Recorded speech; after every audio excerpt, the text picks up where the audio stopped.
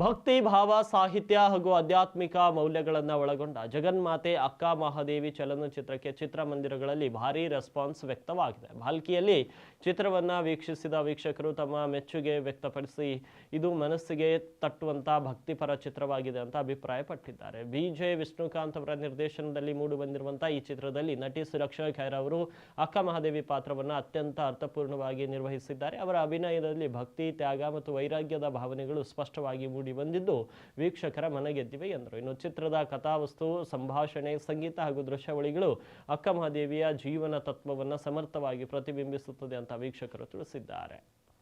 ನೋಡಿದ್ರೆ ಕಥೆನೂ ಸರಿಯಾಗಿತ್ತು, ಪಾತ್ರಧಾರಿಗಳೆಲ್ಲ ಚೆನ್ನಾಗಿ ಭಾಗವಹಿಸಿದ್ರು, ಒಳಗೆಲ್ಲ ಚೆನ್ನಾಗಿ ನರ್ತನೆ ಎಲ್ಲ ಮಾಡಿದ್ರು. ಹಾಗೂ ತಾಯಂದ್ರಿಗೆಲ್ಲ ಏನಂದ್ರೆ ಒಂದು ಶಾಂತಿ, ಸೈರಣೆ ಒಂದು ಬರಬೇಕಾದ್ರೆ ಈ ಕತೆ ನಮಗೆ ಭಾಳ ಪ್ರಮುಖದ.